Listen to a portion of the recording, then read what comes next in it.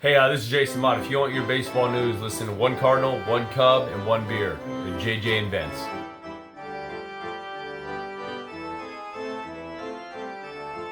Welcome to another episode of One Cardinal, One Cub, and One Beer, where you get baseball news, entertainment, and you get the eye candy. JJ. Oh, Vince, what are you talking about? I'm the before picture, you're the after picture. I read it just like your wife wrote it, okay? Oh, okay. All right. All right. Yeah, she went right then. Let's get some housekeeping done. Those of you who are watching on the YouTube channel, make sure that you subscribe to our channel so you can watch our episodes as soon as we post them. If you're on Facebook, please make sure that you like us on Facebook. And remember, we do the Facebook competition. We post a picture of a player that was an all-star, but not a Hall of Famer. Last week, it was Silent George Hendrick. Yeah. And guess who got it first? Marlon Dixon. Marlon Dixon again. Marlon's the man. He dominates. If you're the first one who sees that and you like it first, or you send me a message saying, hey, the player is so-and-so, then if you're the first one that gets a hold of me, you get your name in a hat. At the end of the year, we take all the names, we draw it out, and you will win a cornucopia of things. You'll win our coffee mug. You'll win our mouse pad. You'll win our license plate, which is absolutely good in no state. You will also get our 20-ounce tumbler, which I have upstairs right now. You'll get our One Cardinal, One Cub, and One Beer t-shirt. And you will also get 2 tickets to a ball game for your favorite team. So just keep that in mind. If you'd like to contact us by email, you can contact us at onecard1cub1beer@gmail.com, or you can leave a comment or send us a direct message on one of our platforms.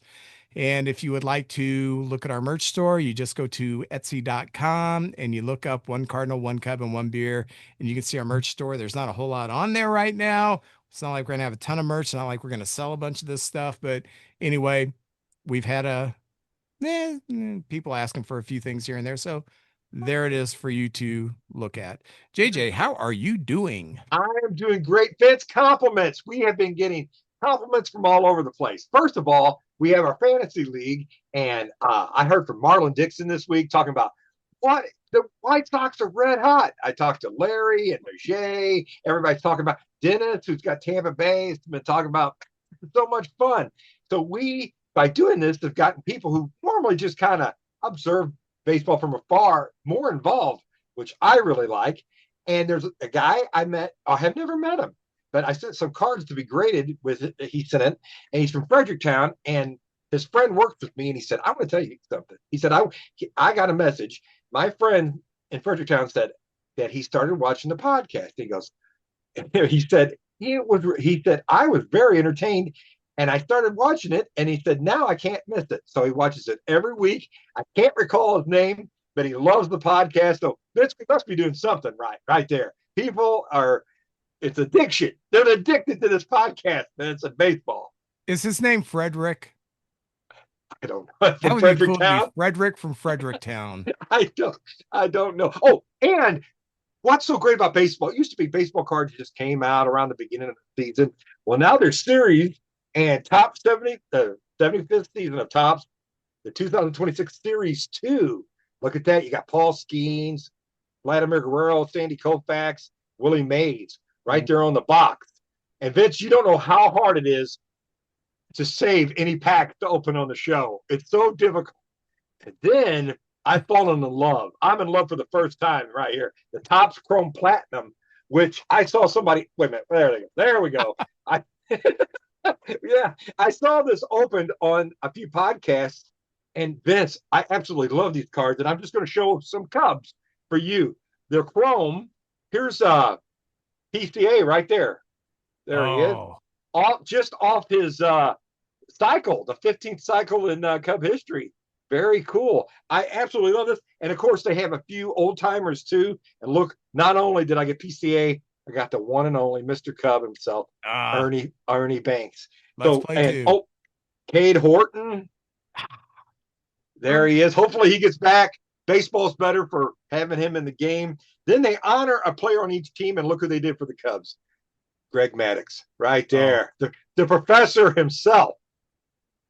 And then your right fielder Suzuki. That was the 5 Cubs I got. So how about nice. that?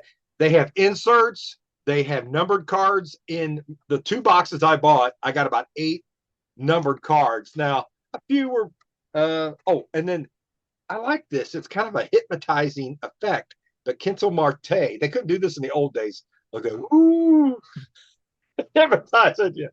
So anyway, this is the Topps Chrome Platinum Baseball. I'm going to try to put the whole set together. Absolutely love it. I haven't been this excited about a set in a long time. So the new cards are coming out. Everybody's excited about them. And, basically you're paying about $1.15 for each card, but they're very nice. And they got the career stats on the back. So Yeah, anyway, I thought it's you all know I'm not the collector like JJ is. And I'm not trying to disparage Dondras or Upper Deck or anybody else, but in my mind, because when I grew up, that's all we had was Tops. Tops is the standard. I agree. The And Cadillac. yes. So, um, I love the sets. I love the looks of those. I do too. I'm too cheap to buy them myself, but Well, I'll send the cubbies your way. I want a friend of mine said to me, he's a football fan. He goes, I love Andy Van Slyke. And I said, so this weekend I got an Andy Van Slyke in this new set, which is beautiful card. I got one of 94 where he's in the Pirates, but he's in front of he's by Wrigley Field by the wall. And then I got his rookie card and I gave him to him because Vince, to me, it's just all about getting everybody involved and finding something they love. And if I have it, I'll gladly give it to somebody if I think they'd enjoy it more than me. I'm honest. So, man, that was fun to do, and you should have seen his face light up. And now the Andy Van Slyke rookie, if you get it graded and it's a 10, it might go for $40. And if it's where it's just out of the pack and it's in good shape, you probably could get it for $4. So I wasn't out a whole lot, but it made him so happy. I was glad to give it to him. you need to tell him that your co-host has been in Andy Van Slyke's house a few times. Oh, yes, Yeah. I sure will. Yes. So, oh, well, let me show you something. Oh, sure. Now, this is a prototype, and Okay. I showed you a few weeks ago how I bought those concert poster replicas. Yes, I love them. I got the prototype Oh, um, yeah. framed, and the Oh, reason I did this one is because it's hard to see, but this one was actually printed crooked. That's why the oh, line okay. is crooked. And the frame, I've not done a frame this size before. And when I make a prototype, I I I go from, okay, I need to increase the groove by this much, or I need to increase the length by a quarter of an inch or whatever. So this is a prototype. Normally what I would do is I would just tear it apart and redo it. But being this is printed crooked, I can't really sell it. So if anybody wants this, let me know and we'll make plans and you can have it. I mean, it doesn't look bad hanging on your wall. It's just for me Oh, to go yeah. out and sell it with the imperfections on the frame and the fact that it is printed crooked, so I can't really in good conscience sell it because someone might spend $40 on it, then take it home and hang it on the wall and realize, hey, this is printed crooked. I want my money back. And I don't want that. So if anybody wants this, just let me know if you're a big Oh, Beatles yeah. fan. Oh, heck And yeah. if you don't mind the imperfections in it, it's yours. Sometimes it's the imperfections that make it fantastic. I love it, man. Yeah, that's what Heck all yeah. woodworkers say. Yeah, it's the mistakes that, give it character. No, it's the mistakes that make you cuss. As my wife can attest to. So wanted to bring that up. Have you watched any of the World Cup? I saw that the United States won. Vince, I spend uh, my entertainment time pretty much watching baseball or listening to music. And so I saw the United States won, but that's all I knew. I didn't know anything more than that. And I've watched a few halves. Okay. Um, I will. The crowds are excited, which is what I always like. And those little whatever they're called, Chance. zazoos or whatever those Okay. I don't hear them, so I guess they're not allowing them in the Oh, stadiums, which is good because those drove me nuts. But yeah, I'm not a huge soccer fan, but I watch the World Cup. Um, and so I've caught I haven't caught any of the United States yet. I think they've only played one game, but yeah, I caught like, oh gosh, Switzerland was playing, I don't know, United Arab Emirates or something like that. I caught half of that game. Then I caught another game. Gosh, I don't even remember who it was now. So, but I kind of get excited this time of the year. I do want to also bring up that, and I don't bring this up too often, but the other podcast that me and Tabitha do, Small Screen Cinema with Tabitha and Dad. This past week we did Brian's song, and Tabitha, she was the one who chose this movie. She's the one who breaks us down. And I'm mad at her because she knew I'd watch it and cry, and I, of course, cried at Brian's song every because, time. yeah. But so if you'd like to see our take on Brian's song, just go to Small Screen Cinema on YouTube. Look for the Small Screen Cinema channel, and you can watch the episode on Brian's song. And it's funny because we don't have a whole lot of people who watch this stuff, but when we do like the Night Stalker, when we Oh, do yeah. like the Karen Carpenter story, both the podcast and the YouTube channel, our views and listens go way up because people type that in Karen Carpenter story, Boom. But then when we do something like The Last Dinosaur or A Howling in the Woods that nobody's heard of, we like 10 total people listen to it or watch it. But Brian's song is very good. So if you want to go to Small Screen Cinema and check out our take on Brian's song, and you can do that. And also I do want to bring up, most of you know on here that my son-in-law, he makes independent films. And on July 25th at the High Point in St. Louis, that's off Skinker. It's 7 o'clock. He will have his premiere of his latest movie called Reaper Road. It's a horror genre, so if you're into horror, might not be your cup of tea, but I'll definitely be at the High Point at 7 o'clock on the 25th and watch Mondo's movie Reaper Road. And you're invited too. And if you Yeah. do show up, come up to me and introduce yourself. Say, hey, I listen to your podcast and JJ's really good. Listen to you. Is it Uh, this month? Is it June? no, When? it's July 25th. Okay, July. I'm gonna write that down. Very So, cool. well, let's get into transactions and injuries. The Giants have DFA'd Will Brennan. So um, I don't know if I know him. he's a veteran. He's always been a fourth outfielder type guy. Okay. The Pirates' O'Neill Cruz is on the 10-day IL with a fractured left hand. Oh no, I've heard that. That's gonna Yeah. hurt him. The Royals, if things couldn't get any worse, outfielder Kyle Isbell on the 10-day IL with left plantar fasciitis. Oh, I pronounced it right. hey, you did good. And first baseman Vinny Pasquantino, 10-day IL with right hamate fracture. And I saw someone ask a very good question online. How come we've never heard of this injury before? So I So did this some year. research. It used to be just a broken finger, but Oh, now they've kind of, specialized it. yeah, which bone is broken in the finger. So it's always been around, but now they're just calling it something different. The Rockies have outrighted former Cub reliever Keegan Thompson to the minors. The Braves placed pitcher Tyler Kinley on the 15-day IL with right elbow inflammation. Ronald Acuna Jr., 10 days. Vince, he Strained can't left stay hamstring. healthy. Yes. Oh, The One of the players that we like, Roddy Teles, has been purchased from the minors. So nice to see Roddy around when again. one door shuts, another one opens. Mhm. A lot of guys are getting jobs because of these guys getting hurt. Yep. And the Braves have DFA'd Carlos Carrasco. For the Rangers, Jason Beeks is on the 15-day IL with low back spasms, and they have placed Evan Carter on the 10-day IL with a strained right oblique. The White Sox deal outfielder Derek Hill to the Phillies for outfielder Dylan Campbell. Don't know much about either one of them. So the Dodgers, Will Smith is on the 10-day IL with neck inflammation. The Tigers picked up James Outman, who was waived last week by the Twins, and they claimed him off the waiver wire. And for some reason, I don't know why I'm pulling for him. I'm just like Yeah. keeping an eye on him. We thought you were going to be like a rookie of the year type guy, and it hasn't worked out. So The Tigers have also DFA'd Zach Short, which probably nobody who doesn't listen to the Ian Happ podcast really knows who he is much. I But didn't know.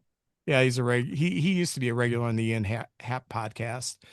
Jack Flaherty is on the 15-day IL with the left peroneal strain, and I don't know what that is, but he strained it. And I know All I don't right. ever want to Well, strain my God love him. I hope he peroneals. returns. The Cardinals send former Cub Cody Hewer to the minors. Third baseman Jose Ramirez is on the 10-day IL with a left hamate fracture. And I saw before I got on here that now they're saying it's going to be 5 to 7 weeks. So, yeah, don't expect him until after the All-Star break. The Jays put center fielder Dalton Varsho on a 10-day IL with left wrist inflammation. And the Phillies place Adalis Garcia on the 60-day IL with right latissimus dorsi tear. And he wasn't really tearing anything up. And now we know why he's been injured. So the Orioles released one of our favorite players, Tommy Pham. And so that's 2 teams that's released him this year. Yeah. And yeah, those fourth outfielder type guys, if you get them and they're hitting, you've caught lightning in a bottle. But if they're not hitting, with their skills diminishing, their defensive skills are always the first thing to go. Unless they're really hitting at a high level, they're not really worth it to be on your roster. And that's kind of what he's facing right now. But still love the guy.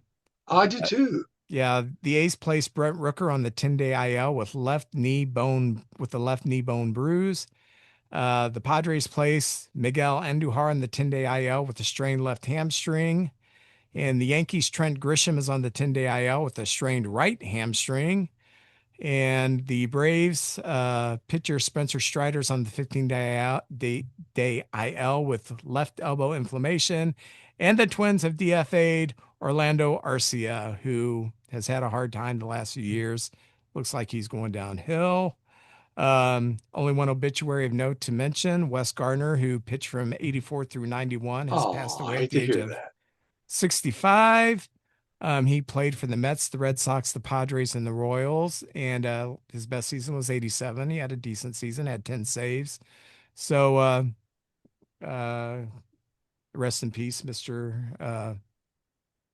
Wes Gardner. Vince, what are we going to do? The teams are just, I mean, the rosters, people are losing people left and right. This might be a case of the last man standing. I mean, the Dodgers, when they put somebody on there, they've got an all-star backing up and they can put them in. But us mere mortal teams, it's tough, you know. So a lot of young guys, a lot of veterans are going to get jobs, but it's going to be kind of entertaining down the stretch to see what these teams even look like down the stretch. I know the Brewers brought up shortstop. Their I believe it's their number 4 prospect they brought up, and he's supposed to start tonight. I think his last name's Pratt. So keep an eye on that. Like they need another good player, but they're going to give him a shot. See, yeah, it's like this for the Cubs right now. If PCA goes down, we're shot. He's most of our offense right now. Vince, he's red hot. He looks great. He's kind of, I remember he hit a home run to win the game the other day, and he did something where he had his hands behind his head. It was galloping. And I was like, you know what? That's pretty cocky, but that's pretty cool. So I may try that if I play putt-putt golf and hit a hole in one, I'm going to be prancing around like that. Well, likewise, if you guys lose like Walker or Burleson, your offense is going to be in trouble too. Most teams we might like that. That's when Baez might come up if Walker goes down. But you know, I like Ollie's been resting the guys and trying to give them. JJ played shortstop the other night and gave Wynn a night off and trying to keep him fresh. And a lot of new guys up. We'll talk about that in the Cardinals section. But we're hanging in there, Vince. We're hanging in there. Oh, what have you got as far as news goes? Vince, every time I watch a game, sometimes I see rare things, but I saw something I never saw before. Alejandro Kirk, the catcher of the Blue Jays, they've got 2 good backups too. Venezuelan guy by the name of Venezuela and another guy, Henneman, maybe something like that. But they did a really good job covering for him while he's gone. Well, he's back, and Vince, I've never seen this before. The first pitch of the game, he's calling for the ABS, and I was like, what? Usually you want to say so. The first pitch of the game. I mean, and I'll be honest, he was right. So instead of 0-1, or 1-0, it's now 0-1 because he was in the field. So, all right, but I've never seen that before. I never thought we'd see the first pitch of the game get called, but he did. So I guess there's no rhyme or reason. And I've seen teams run out of their challenges with about 2 innings to go, and it bites them. Yeah. Ray Hartman sent me a stat where they're wrong amazingly amount of times. I mean, I don't know. I don't know where he got his stats. We'll have to talk to him the next time he comes on. But I was like, man, but I said, they're still right more than the weather man. That's what I said to him. Well, I think that what the challenge system has done, it's shown that the umpires usually do get it right. They do have a better perspective than the players. But I also think now that they have that, I think the umpires, to me, it seems like they're a little more diligent at their jobs. You don't see too many egregious things called strikes anymore like you did just last year. Um, yeah, and a lot of that is we no longer have Angel Hernandez or CB Buckner, but That cut a lot of that out right there. You're right, Vince. You're exactly right. Well, Vince, what about this Jacob Mizorowski? They're grading these starts now where 100 is incredible, like the Kerry Wood game. When we say Kerry Wood game, we all know what we're talking about. Or the Roger Clemens game, or Mizorowski had a game for the ages. And there's so many aspects of this. First of all, he threw a Maddox, and I like that we use Greg Maddox as like an adjective, something to describe a start. A shutout with less than 100 pitches. That's phenomenal. But Vince, he reached 104.5 miles an hour, gave up 1 hit, 1 base runner. It was one of those games that's just overpowering. I see Nolan Ryan, I've seen him like that, Carlton, Gibson on highlights. I never saw him live doing it. Very few people the Kerry Wood game, they were lucky to get a foul ball that game. The Astros, I believe it was. But they only had 1 base runner. Schwarber, of course, got the hit. 15 Ks, 95 pitches, and in the 9th inning, he's still throwing 102 and 103 miles an hour. That's amazing. 15 strikeouts like that. Most Ks in a Maddox was previously it was Terrace Skubal had 13 last year. Anyway, and then he faced the minimum. Once Schwarber got on, the next play he was erased in a double play. And in his last 8 starts, a 0.17 ERA, and it's the lowest ERA since they've kept ERAs over that many games. And Vince, I'm just amazed by this guy. And 104, that's the fastest pitch recorded. I heard that Ryan threw 108, but they say that's not true. But they didn't have the means to time the pitches like they do today. And 58 of his pitches were over 100 miles an hour. I've never heard of this. This is unheard of stuff. And if you get a chance, watch one of his starts, because we may never see. Well, we say that, and there's always somebody else comes along. But this is pretty special. And again, another reason not to like the Brewers. How do they keep coming up with these people, Vince? Well, Ryan, when they timed his pitches, it was as the pitch crossed the plate. Now the fastballs, how fast is it coming out of the hand? That's why they say that Ryan threw 108, that by the time it got across the plate, it had lost juice. What I like about Mizorowski, he's like Ryan with control. And I said on here last week, in my mind, Ryan's not a top 10 pitcher because of the walks. Because when you start stacking walks, it only takes a bloop hit, a wild pitch or something, and you've given up a run or two. I think Mizorowski has so much more command than Ryan ever had, that he can be that next Sandy Koufax. And the best pitcher of my lifetime, we talked about this, was Greg Maddox. I agree. But the best, and he was a little before my time, but the best I think power pitcher for a 6-year span was Koufax the last 6 years of his career. Incredible. And I think Mizorowski, if he stays healthy, he can be that level because Koufax had this unreal 6-year window. I think Mizorowski can get there. He's not going to win 25 games because we just don't do that anymore. But, when you look at the other peripherals, it's going to be unreal. And one thing I like about him, he's got an attitude. Yeah. He goes out there and he pitches angry. Yeah. And He seems like such a nice guy before the game and oh, yeah. after the game. Somewhere in the middle, something happens, Vince, and he gets so focused or something. Yeah, it's a war for him. So It is. I will say this about Ryan, though. I've never seen anybody so intimidating for so long.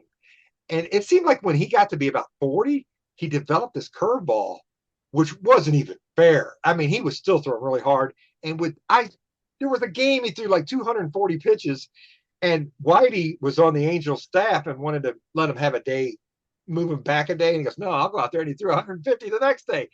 Now that's crazy right there. He did walk people and he hit people, but nobody dug in. I heard stories where people would come up there and start digging in, and they look out and go, "Uh-oh, it's Nolan Ryan." Step out and put the dirt back. Sorry, Nolan. I'm not going to get too comfortable in here. if I was to face Ryan, I would have pulled a John Kruk. I would have just John Kruk in the All-Star game against Johnson. Nobody stuck their elbow out. Sometimes if you got like a medium speed pitcher and they got the armor on, you see them. I've seen it before. They'll put their arm out there and take one for the team. Well, they got out of the way when Ryan threw that whiz pitch in there. My gosh, that was something else. People forget that Ryan could hit. I saw him in a game against the White Sox. He had 8 straight hits off Robin Ventura. Really? Oh, boom, boom. Oh, you got me. That, yeah. He put in some bumps on his head. Yeah, he sure did. I love it. That was a good one, Vince. Let's see. Some of these things I mentioned before, but while we were the Cardinals have 2 guys, and I'm so proud of this. This year has been so much fun, but we have 2 guys right now at 70 games over 50 RBIs. Now, there's 162 games in a year. Anything can happen. They could get hurt, but we have 2 guys that have a shot at getting 100 RBIs. So I just went back through the Cardinals and Cubs history, and how many times recently have the Cardinals and Cubs had 2 guys finish the season with 100 RBIs? The Cardinals in 2022 had Arenado and Goldschmidt. That was Goldschmidt's MVP season. And then in 2010, they had Matt Holliday and Albert Pujols, both in with 100 RBIs. It was Holliday 103 and Pujols 118. Back in the Cubs history, 2018, Vince, which 2 Cubs do you think had 100 RBIs in 2018 for the Cubbies? That would be Baez and Bryant. It is Baez. It was Rizzo.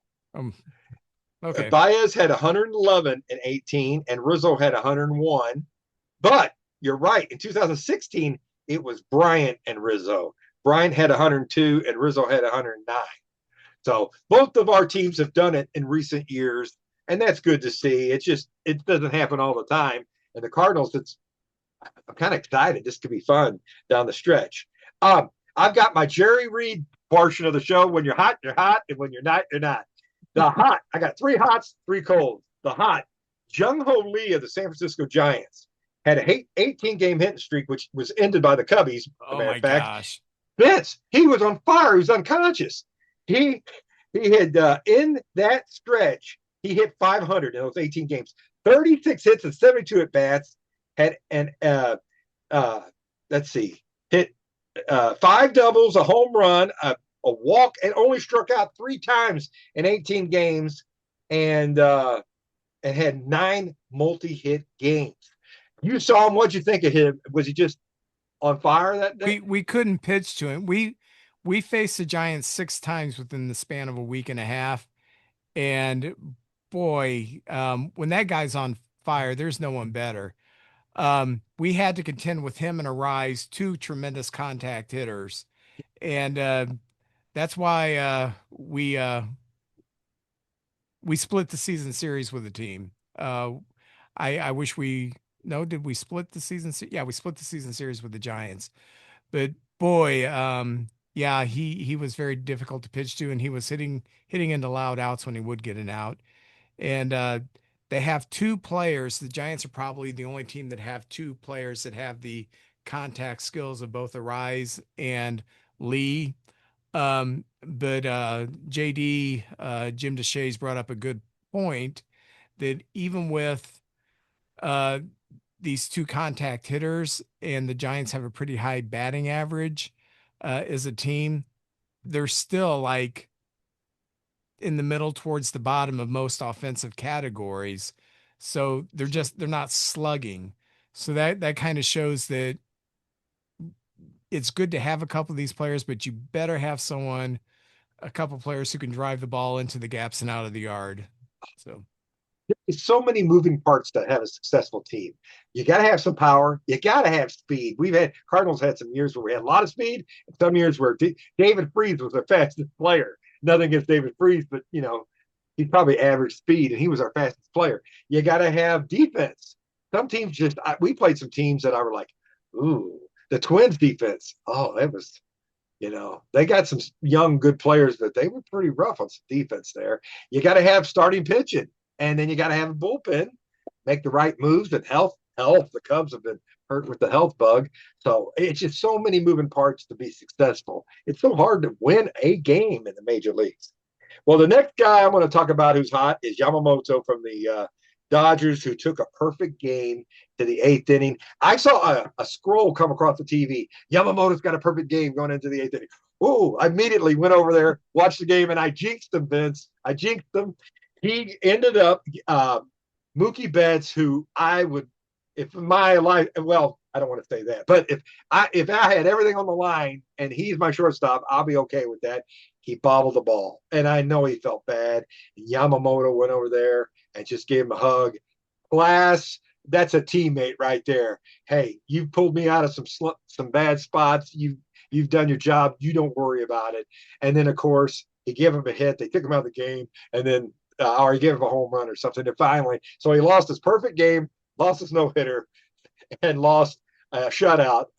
And I turned over there and watched all that. So Yamamoto, I think, has banned me from watching any of his games, Vince. I'm superstitious to the point where if I see a crawler come by that someone's got a no-hitter, I won't go there anymore because it seems like every time I go there, someone gets a hit. So I've just not doing it anymore. I hope they get it. I'll watch the highlights.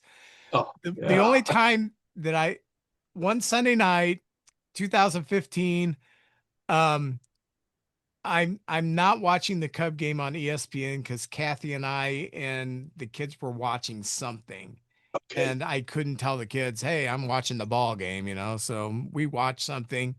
But a friend of the show, Brett Kohlenberger, he posted on Facebook, Jake Arrieta has a no-hitter against the Dodgers going into the ninth inning. And I thought, I gotta see.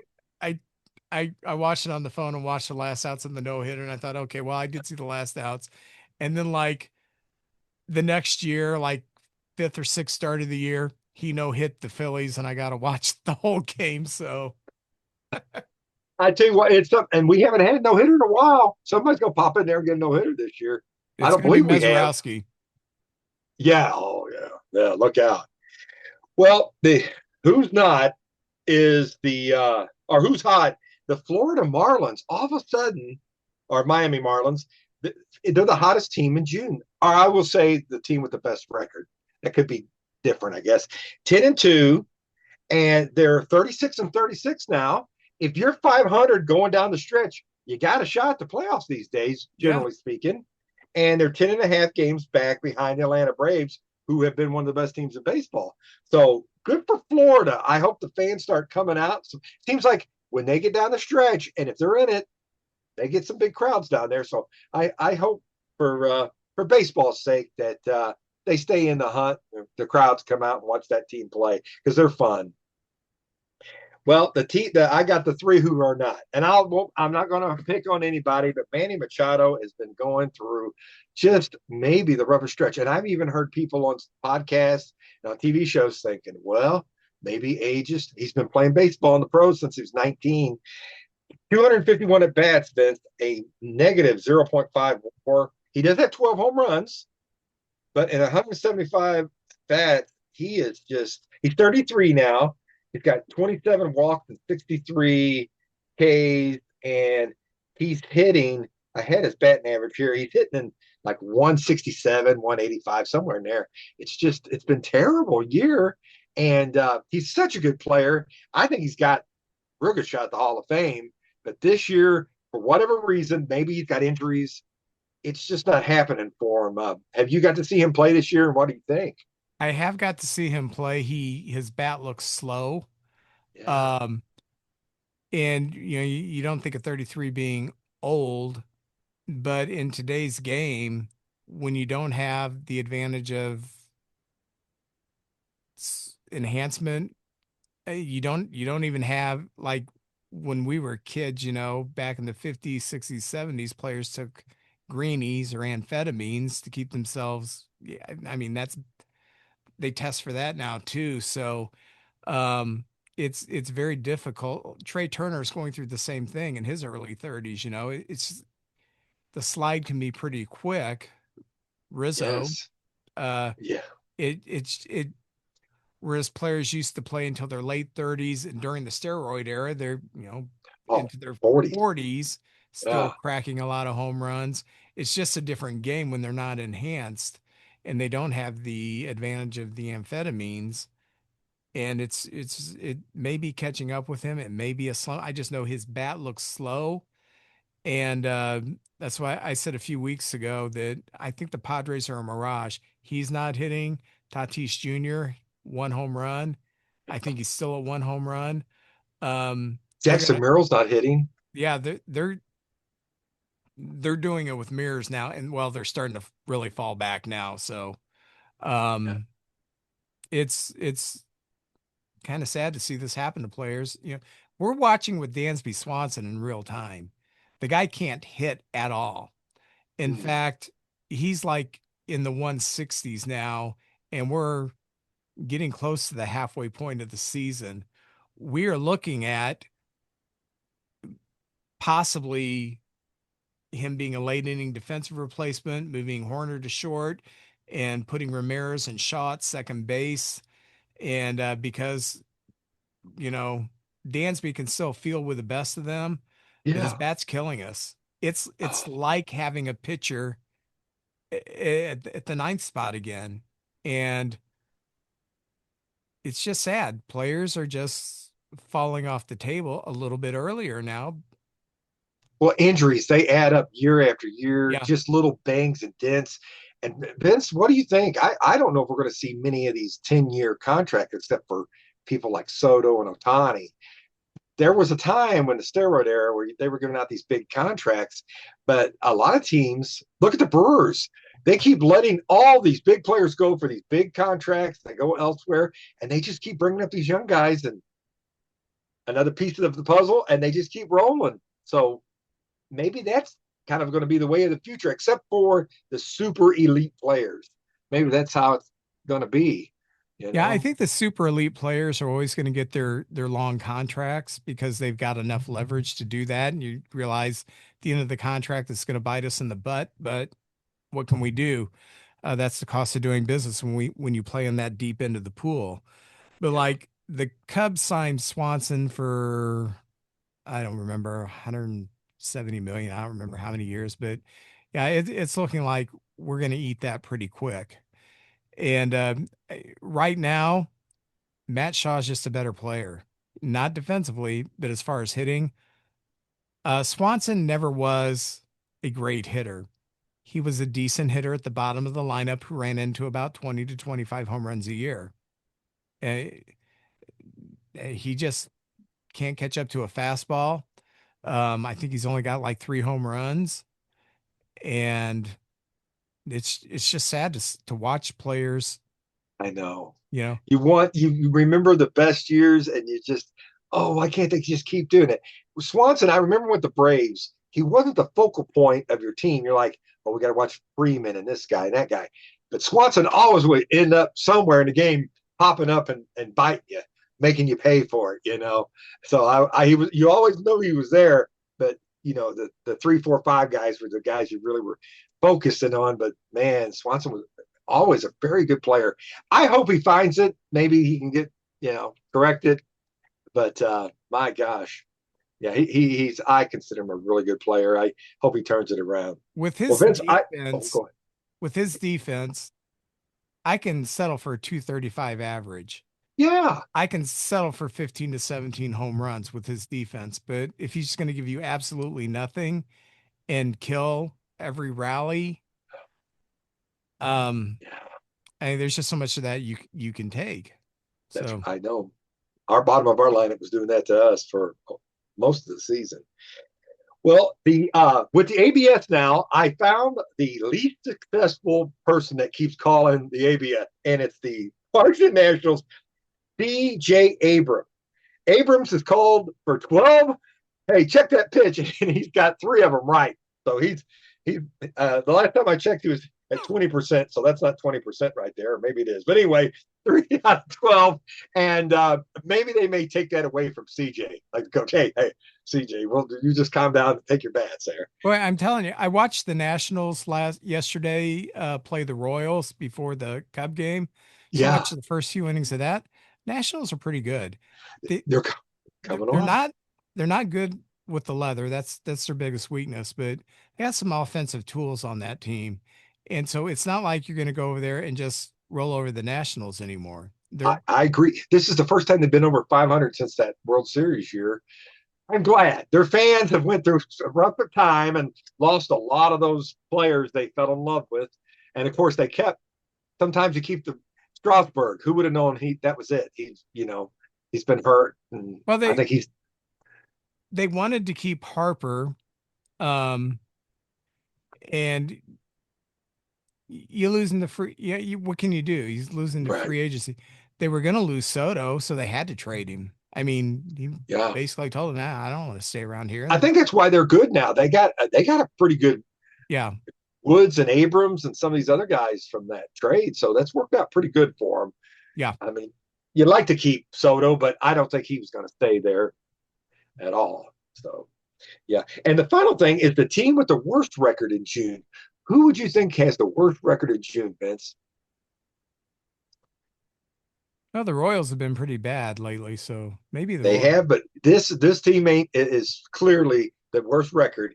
The Cincinnati Reds, 3-9. I was going to say the Reds after that. Yeah, they came out like gangbusters. We're like, oh man, it's going to be 5 teams fighting it out, and they've just kind of fallen off there. They've had injuries too, and but I feel bad for them. They look so good, and I want to see them do good, except for against us, of course. But I want to win. I want to win every game as a Cardinal fan. But realistically, like you said, Vince, we're going to win 60. We're going to lose 60. Now let's see what we do with the other games right there. In fact, I think this is the first week in probably a month and a half or 2 months where the Reds didn't have a significant injury that I had to report. And I did have someone a few weeks ago say, why do you go through the injury report? It's kind of a cumulative thing. In my mind, I'm keeping track of, okay, which team is fighting injuries, and then I can see how's their record responding. And the majority of the time when you start having injuries pile up, the record goes down. There are some times you get a little bit of a jump because players come up, maybe you get a hot player up or something like that. But eventually injuries do catch up with you, especially when the pitching side. And that's what always has concerned me about the Cubs is it's not just that we're injured, the pitchers are injured. And if you don't have pitching, you're sunk. It's hard to outslug the other team. Every night. You just can't do it, especially with the state of pitching in today's game where it's very difficult to get a hit. So let alone string together 4 or 5 hits. So. Well, Vince, the last thing I was going to talk about, our big fantasy league, $100 on the line. And basically, it's the same 2 teams in first place in each league. Over in the National League, you got our good friend from New York, Mark. the Atlanta Braves with a 7-game lead over the Cardinals, which is John Recop, who I work with, nice guy. So that's the National League there. And over in the American League, Tampa Bay with Dennis Rose, he's still holding down the fort at first, but slowly but surely, the Chicago White Sox have climbed up, and they're only 4 games back. And Marlon Dixon and now I think he's officially a White Sox fan, and he sends me messages every once in a while. How about the White Sox? Can it happen? So the White Sox could make the playoffs this year, and they're doing it without the Japanese Babe Ruth guy. So it's going to be exciting, but that's where we're at right now. It would be Atlanta and Tampa Bay at the end of August playing in our World Series. Okay, I want to address the White Sox. Okay. I'm looking up something real quick. They're fun. I lot of thought I could talent. find this real quick. I'm trying to find a name. They got 2 Montgomerys.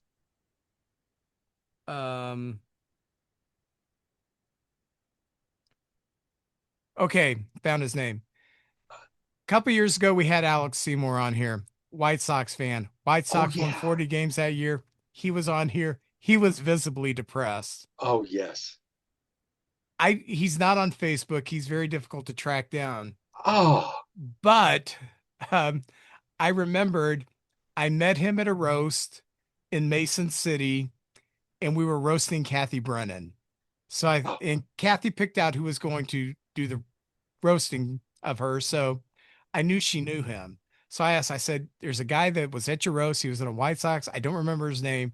And so she gave me his name, Alex Seymour, and she got a hold of him, and he's going to get a hold of us. So we're going to have him back on so he can redeem himself. Now that the White Sox are a first place team, I'm really excited about Alec coming back on here because JG and I've talked about this many times. He looked like someone just whipped his puppy. Give him a pep talk. He was so down. And I've been through so many. I've never been through a season like that, but I've been through so many losing seasons, and it's very difficult to wears on you.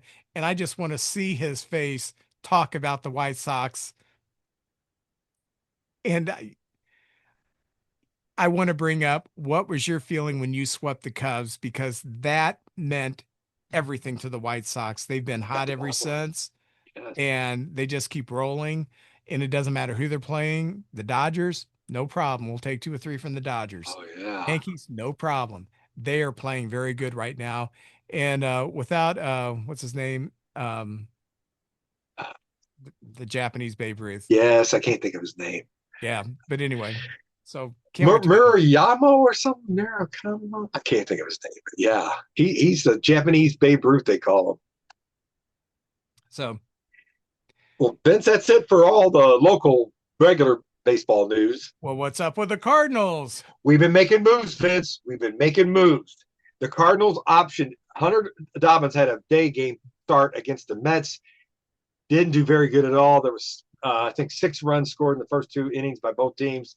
Just didn't look good. He had 2 great bullpen efforts, but the start didn't go good for him. Neither or the Mets starter either. But they optioned him down to Memphis, where he can pitch every time, and he is going to be one of our options if we move from some of the people in our roster or in our rotation now, or a bullpen guy perhaps.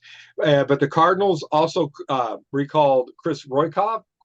We have a lot of guys who's doing pretty good in Memphis, and we're rotating these guys in, giving them chances, and see if we can just get that right mix. And Vince, you know how it is. Sometimes it's your starting pitching, sometimes it's your bullpen, sometimes it's your hitting, and we just sometimes, if we're really good, we get 3 out of the 4 going, but it's been tough.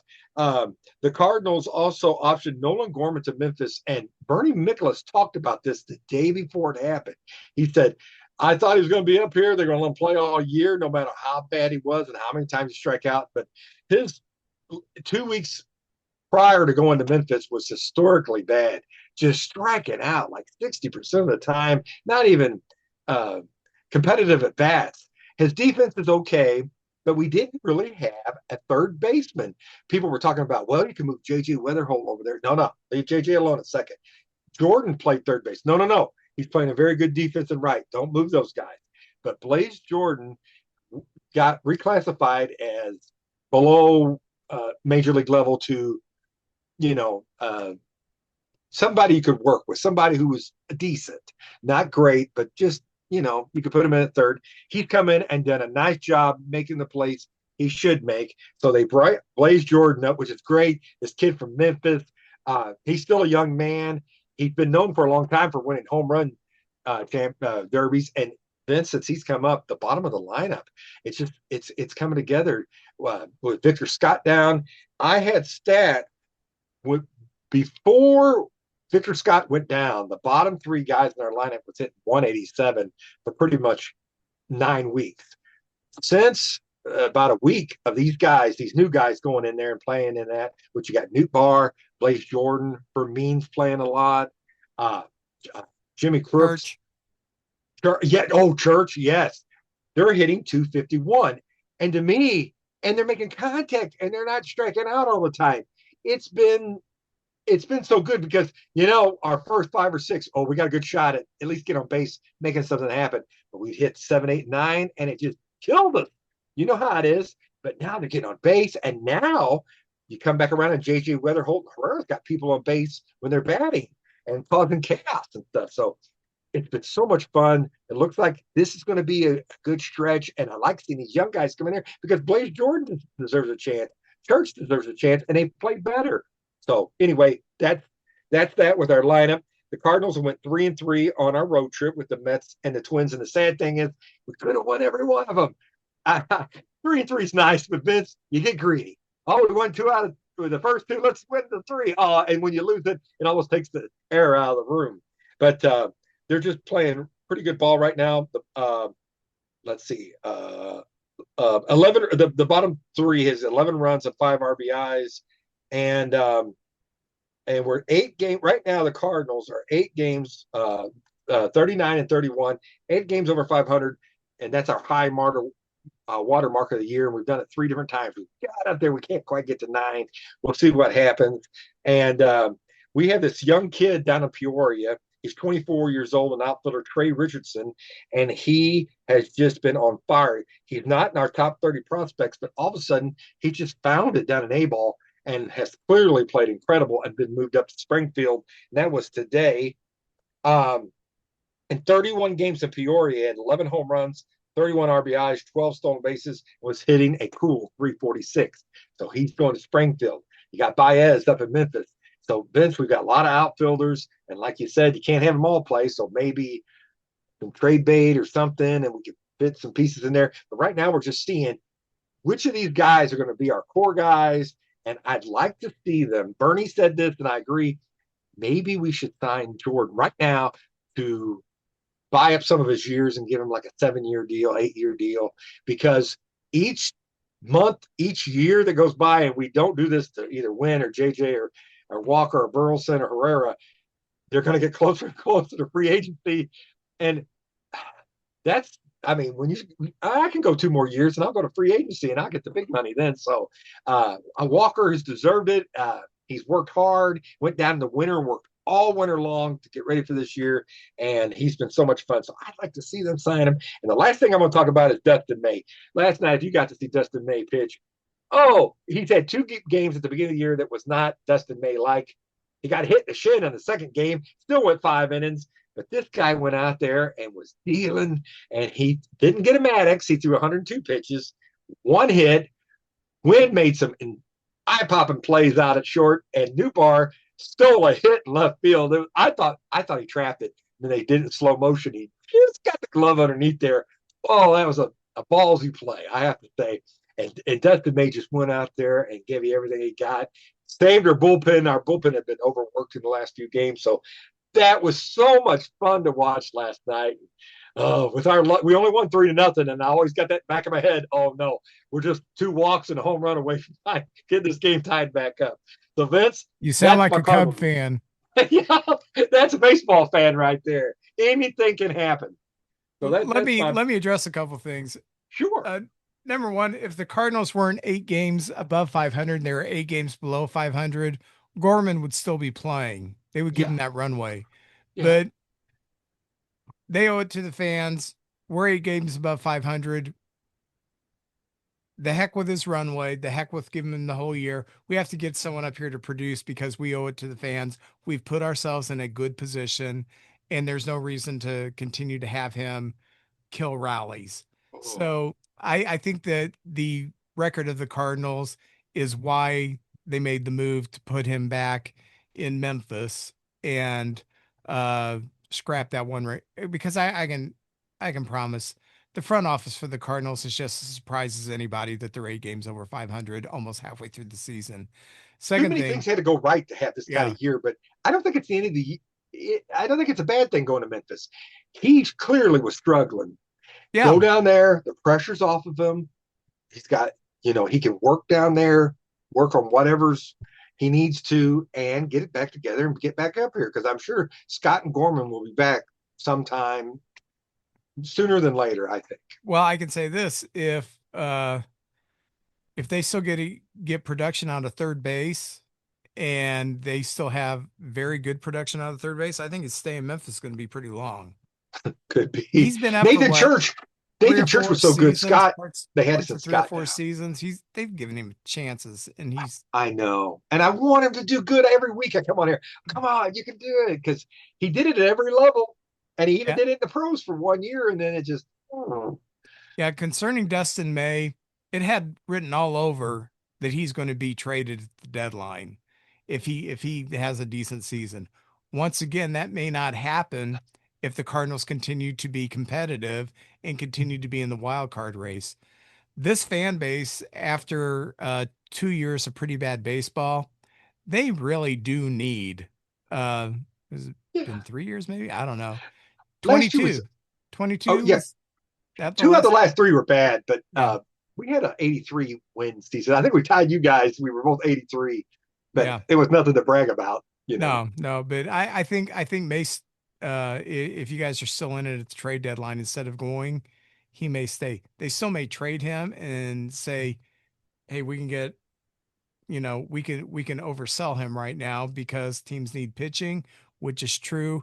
But that's going to be a very hard sell for the fans who've stayed away from this stadium for a couple of years, waiting for them to be competitive. So I don't know Yeah. how that's going to pan out, but I think these are situations they didn't see themselves in, but it's a good to see yourself in this situation. Oh, So heck yeah. Vince, he did say this. One of the reasons he picked St. Louis is it's in the middle of the country. And he didn't have a lot of suitors because he has a history of being yeah, getting injured. But he hated the long flights when he played for the Dodgers and Boston. He said, it's shorter flights. I'm going to get to play a lot, and then it's a short contract. If I choose to leave, I can leave. I think they got an option on him next year as well.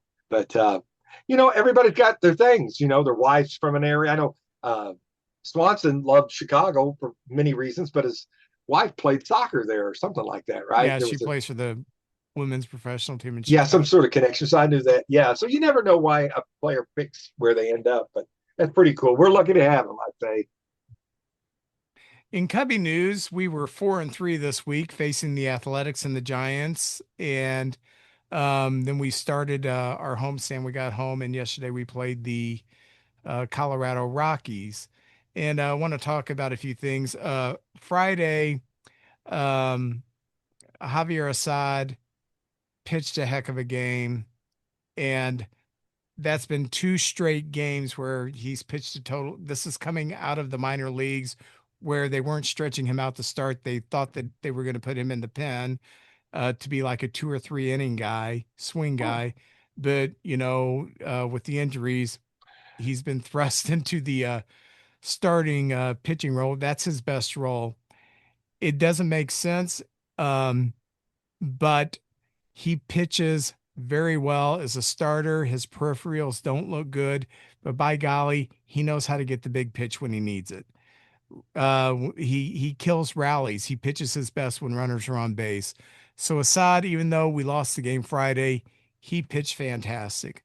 Then Saturday, Ben Brown went out there And if you're going to make 30 starts a year, a pitcher is happy if they have their A stuff 6, 7 times a year. Most of the time, you don't pitch with your A stuff. Right. You can win with your B stuff when you're a good pitcher. When you're a great pitcher, you can win with your C stuff, your worst stuff. Ben Brown went out Saturday, did not have his best stuff. Pitched 6 innings, only I don't even know if he gave up any earned runs. He only had 3 strikeouts, 3 walks. But man, he pitched a gutsy game, and that's the kind of game previously that would fall apart for him. He would pitch a great game, and then the next 2 games he'd get a couple runners on base in the first few innings, and he'd fall apart. So it's shown that he has matured as a pitcher, and he is making pitches, learning how to make pitches when he doesn't have his best stuff, when he doesn't have the explosive fastball. So I was very happy to see him pitch so well on Saturday when he clearly did not have his best stuff. Last night, PCA hit for a cycle.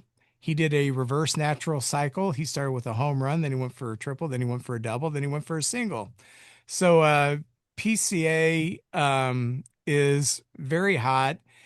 He, in his last 15 games, is hitting 453, 7 home runs, 11 RBIs, 2 runs, 14 extra base hits. And I want to tell you something, overrated was not the right thing to do to him because, No.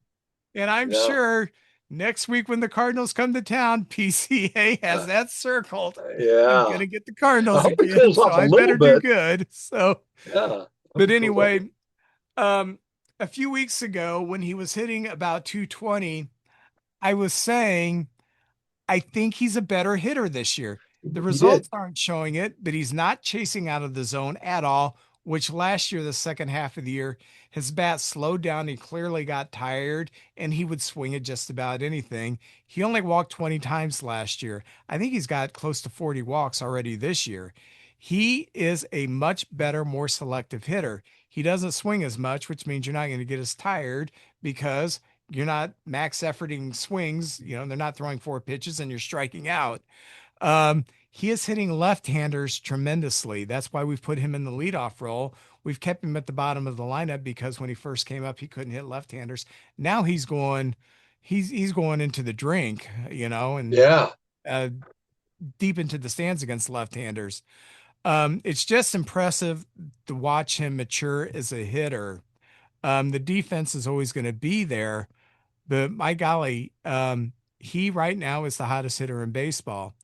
And I will say this: the first results of the All-Star voting has come out, and you can't find a Cub anywhere on it, not in the outfield or anything. PCA, people are going to start looking and say, yeah, last year Yeah. wasn't a fluke. This guy is even much better this year. Yeah. And I think he is. The deal against the White Sox was, you know, black eye on him when he got in the deal with the female friend. Oh, yeah. Well, And then he had the ball go under his glove that became an inside the park homer against the Giants, I think it was. But man, he's just a much better ball player. The eye test was telling me he's a better ball player, and I was like, the stats have got to catch up. The stats have got to catch up, and boy, they're catching up now. And I've always said that my time when I start paying attention to the stands is Flag Day, which was Saturday. Saturday, the Cubs were 6.5 games back, and they were in third place. Am I thrilled about that? I'm not thrilled about that. I thought that we would be 12, 15 games above 500 at this point in the season. So we are virtually tied for the last wild card spot. I think the team ahead of us has maybe like 1 percentage point because there's a difference in the number of games we played. There are 16 games left, 16 weeks, excuse me, left in the season.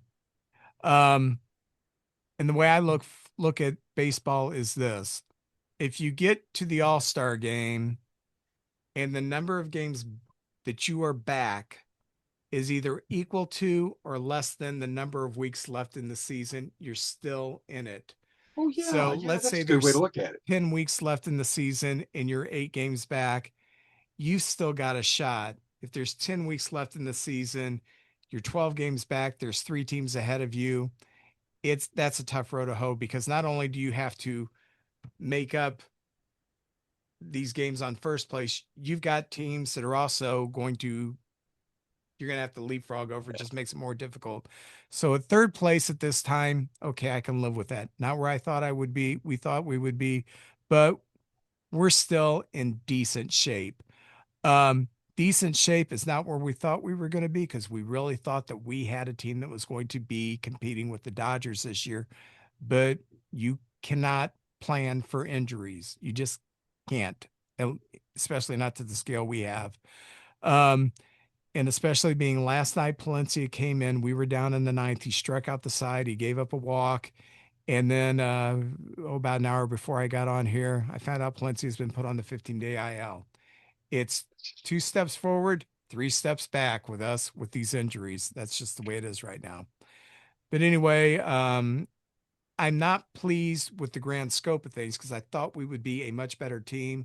But on a smaller scale, take into consideration all the injuries that we have had, which have been devastating. I'll take where we're at. Oh Are yeah. we going to win the World Series? Absolutely not.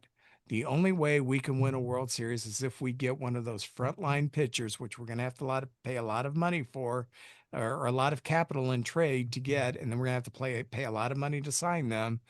But that's the only way we can make it the World Series if we have a legitimate number one starter, a Peralta, a Skubal, an Alcantara to get traded here and to pitch games 1, game 4, and game 7 in a 7-game series. That's the only shot we got.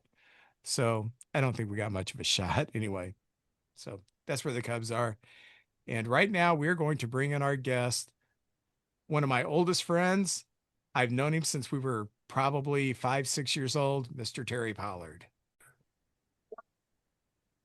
Our guest today is a very old friend, probably the oldest friend I got. You know Yeah, that? yeah, We've known yeah. each other since early grade school. 5 years old, Yeah, probably he 6 years old. grew up down the street from me. Our older sisters were great friends. His family was always great to me. Mr. Terry Pollard. Terry, All how are right, you doing? Terry. How you doing? Okay. The first thing we always ask our guests is, how did you become a baseball fan? Man, I've been one ever since I could remember. Um, I remember, well, I mean, as far as my earliest memory, it was probably you and I playing wiffle ball in my backyard. And Classic. then we used to play, remember we used to play tennis ball. Oh We yeah, would I've use it. talked about that on here. Yeah, we used the tennis ball and then the actual aluminum or wooden bats, and and we used to play strap baseball. I mean, we were all obsessed with it. So ever since I can remember. So I've kind of been, it's been since I can remember. So I can't tell you exactly when I became one, but it was just like a natural thing from the word go. I love baseball. I love the smell of baseballs. You know what I mean? All of it. Remember getting our uniforms in Little League, and that was like the best day ever. Just always had that. Selling candy to get our Yeah, selling uniforms. candy. I forgot about that. Yeah, selling candy. Yeah. So I've told this story on here before, but I've never used your name. The very first ball game I went to, your dad took us to the ball game, a bunch of his friends, your brother Robert, we all went to the ball game. And I don't know if you remember this.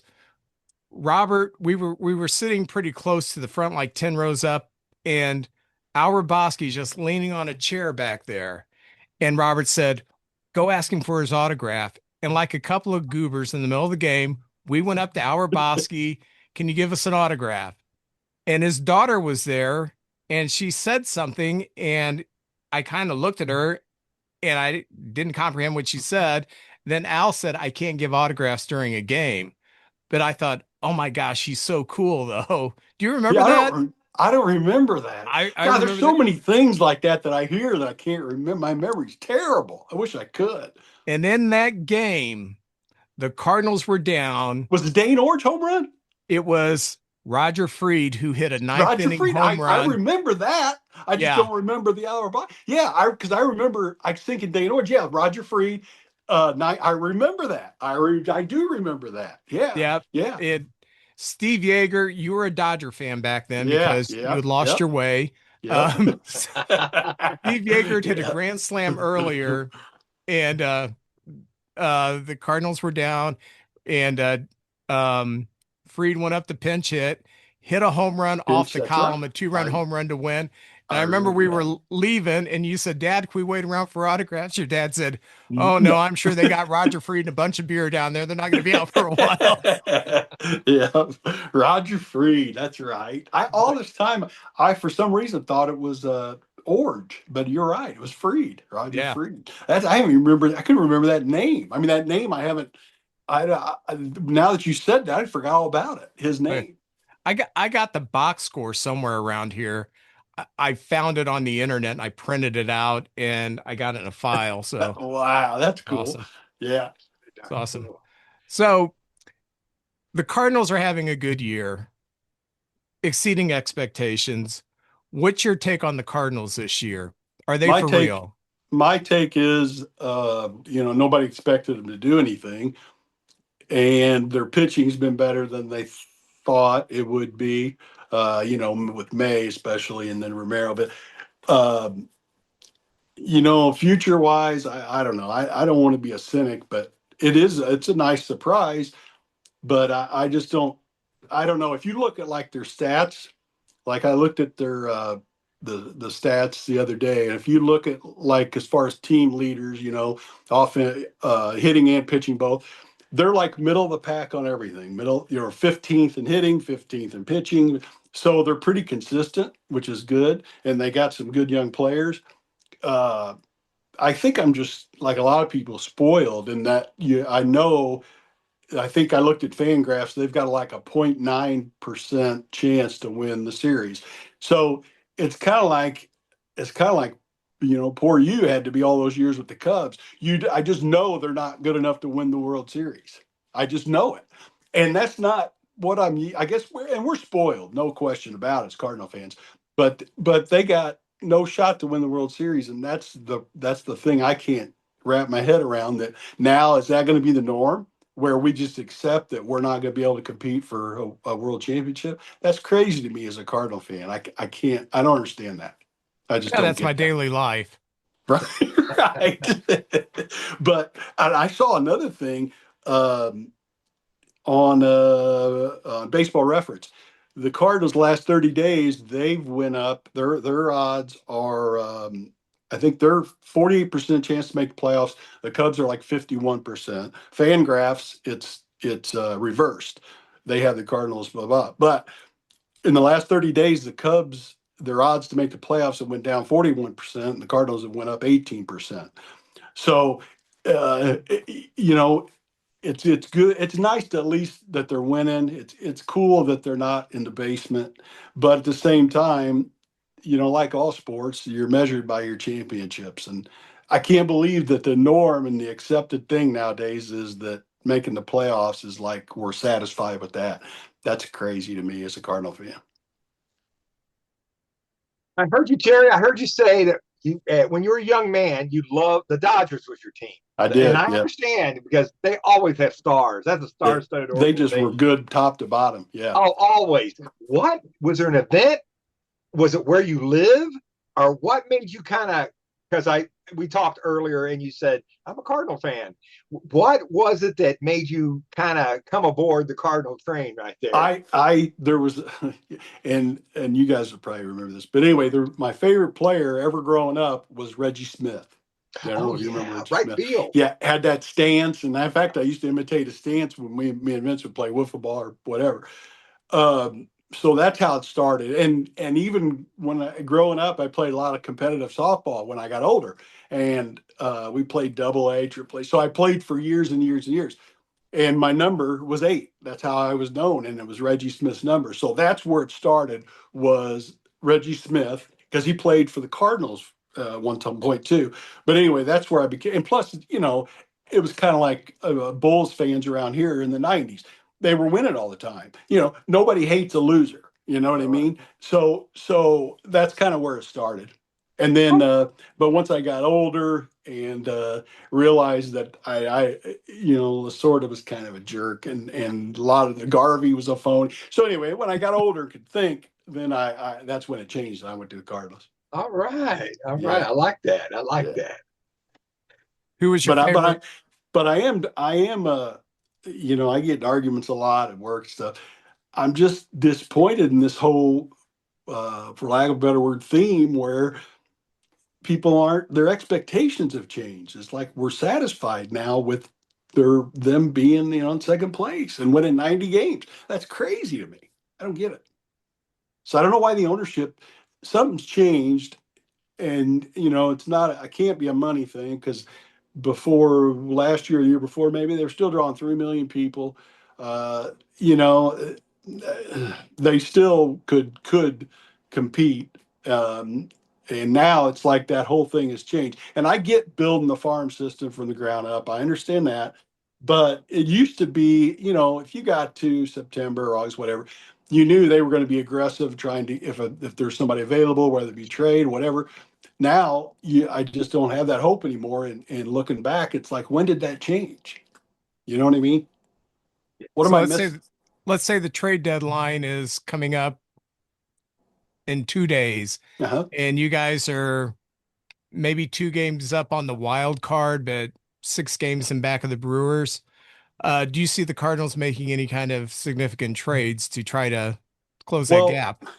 The problem is the people who, look at it next year and who's under contract and all that. The problem is you're really, if you look at the trade, you'd look at, May, if they weren't in it, let's say, you'd look at May, right? You'd look at Newt Barr, and you'd look at probably Romero. Well, if you're going for it, you can't trade those guys, any of those guys, because they're the reason.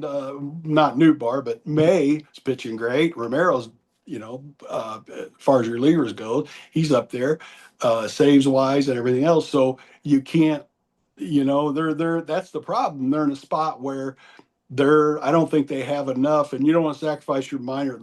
They do. One thing I will say is their farm system. They do have some good players coming up. This Baez, I've researched him. In fact, I picked him up in my fantasy baseball league. He's going to be a stud, Josh Baez. And Yes.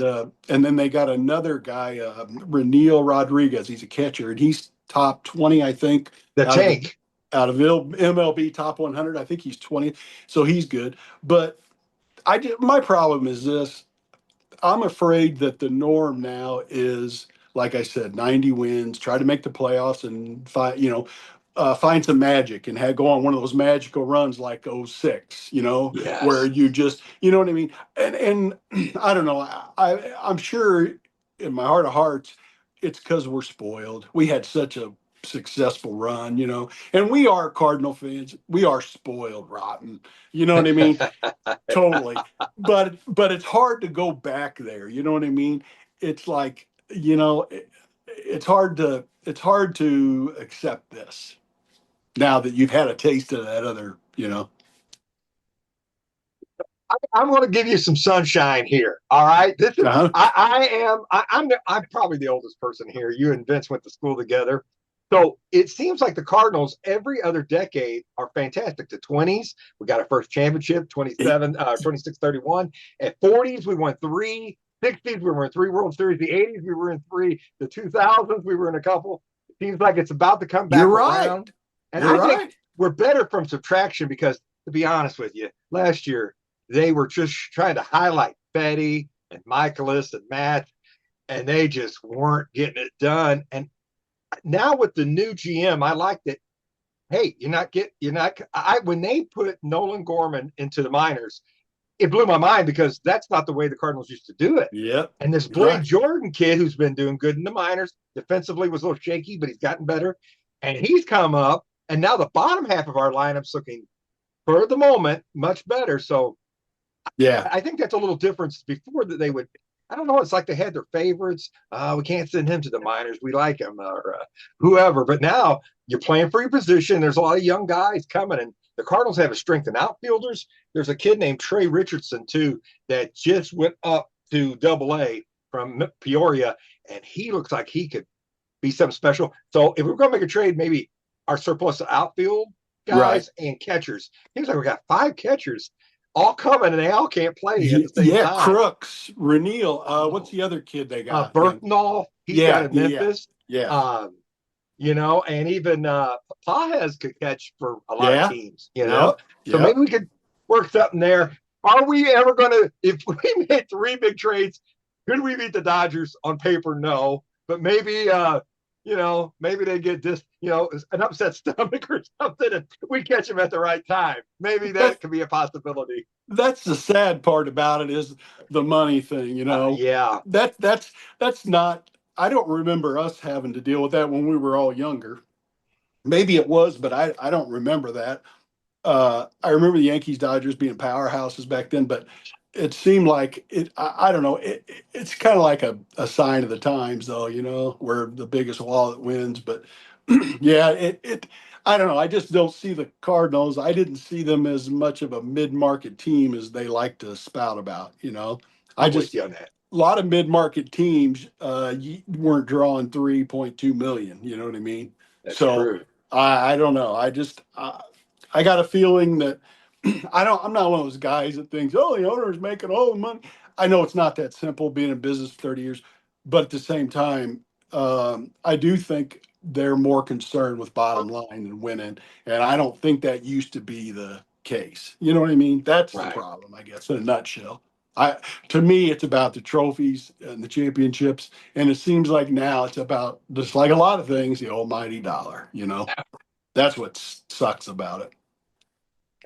Yeah, I contend that the Cardinal fan base is much stronger than just about any other team, because for so long they were the westernmost team. They had KMOX with that huge reach that it had. So you had Cardinal fans going all the way to Colorado, all the way down to Mississippi, all the way up in Minnesota.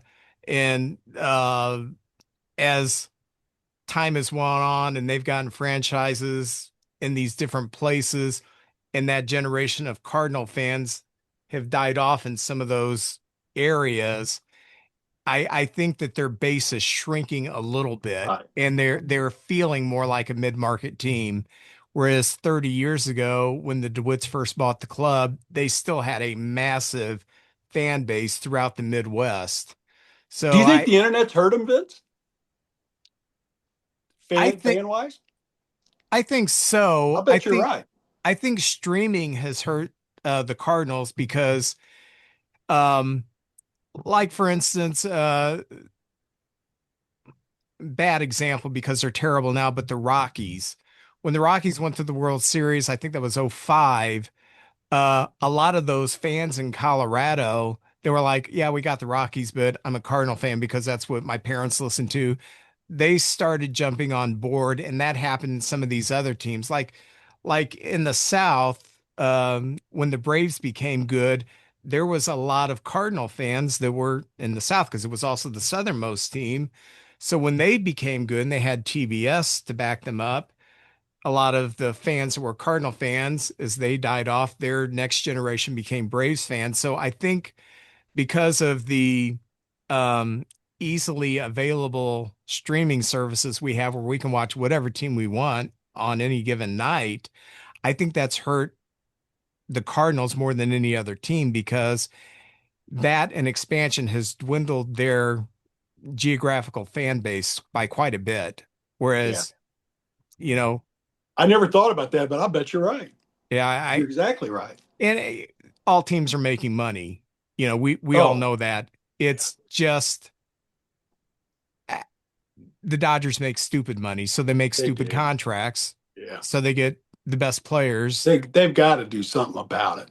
And do you ever think about, I think about, and I'm sure this is just a side effect of getting older, but looking back at like just that atmosphere, Jack Buck, the whole thing, it was pretty special stuff. And it sucks that my kids won't be able to experience that kind of thing, you know, just the whole thing of it, the atmosphere, you know what I mean? That whole feeling of having that tradition.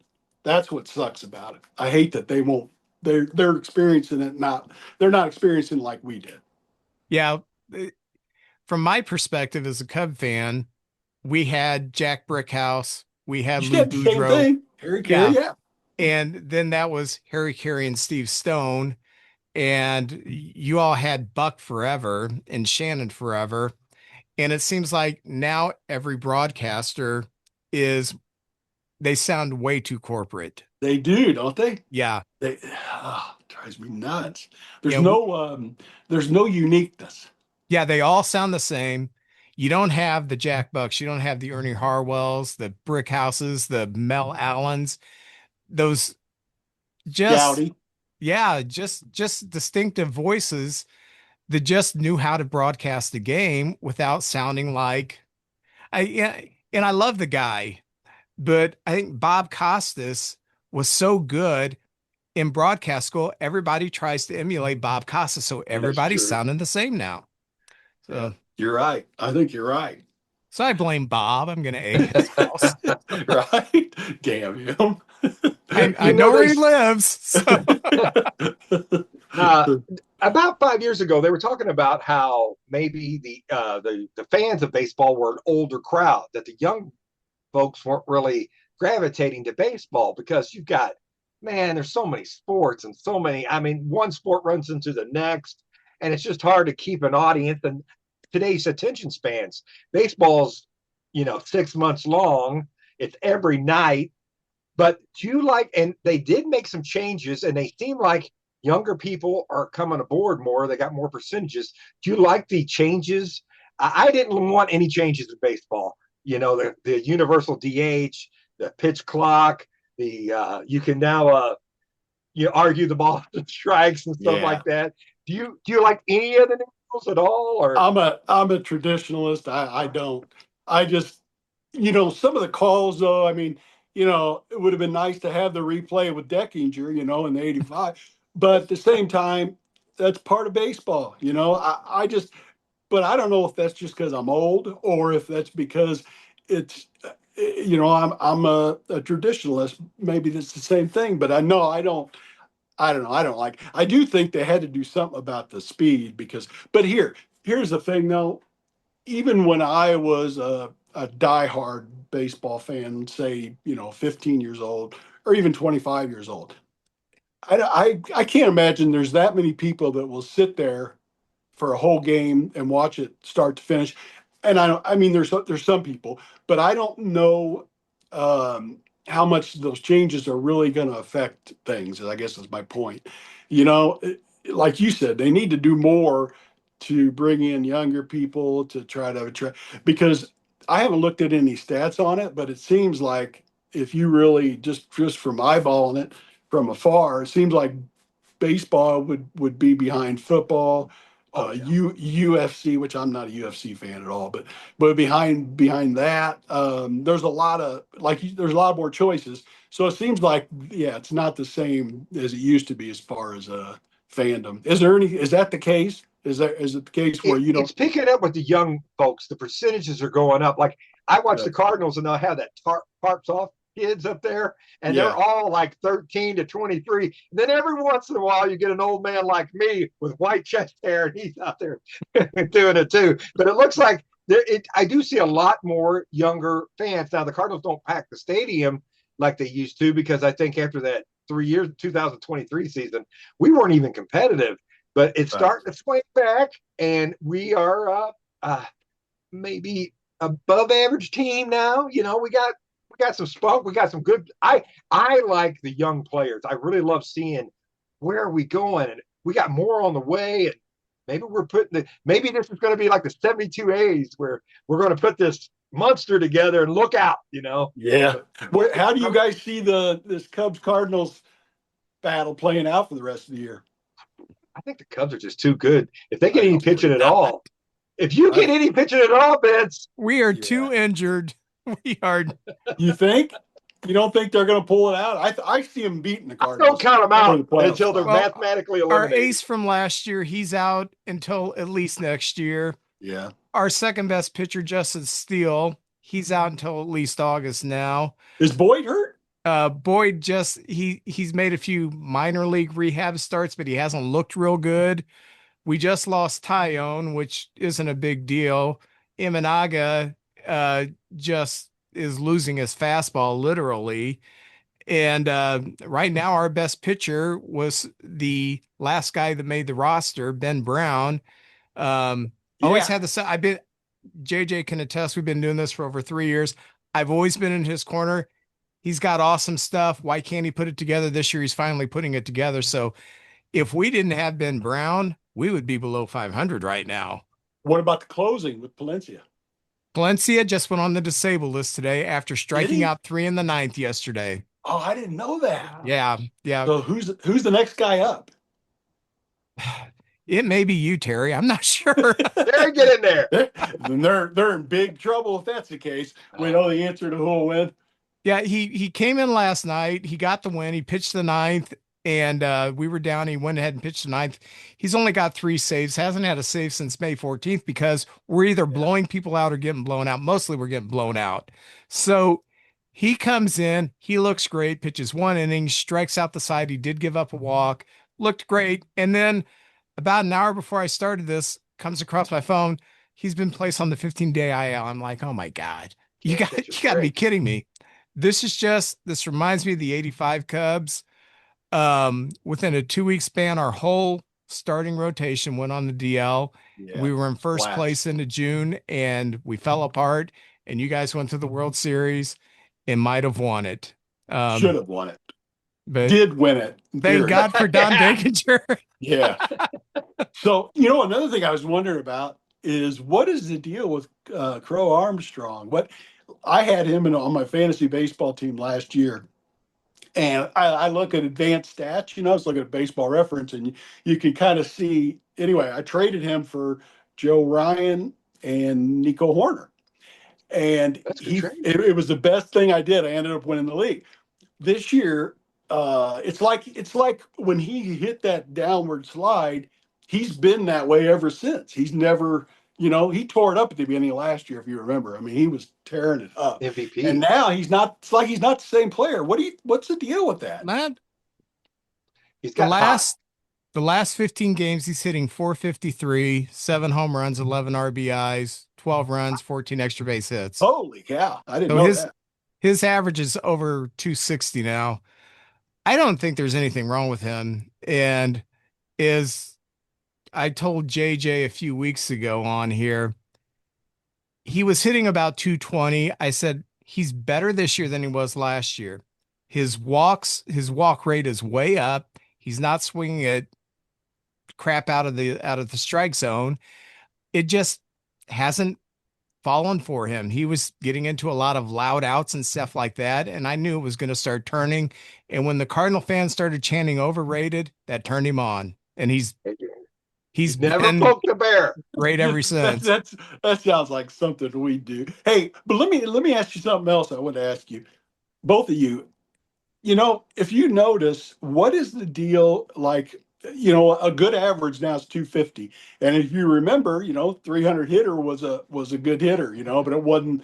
What happened? What do you guys think happened where now most hitters are hitting 220, 230? It used to be that was a guy that was hitting 8th or 9th in a lineup. Now it's like a normal thing. What do you think the reasons for that is? Is pitching that much better, or what is it? Well, these pitchers now are 4 or 5 innings as a start, and you might see a pitcher twice.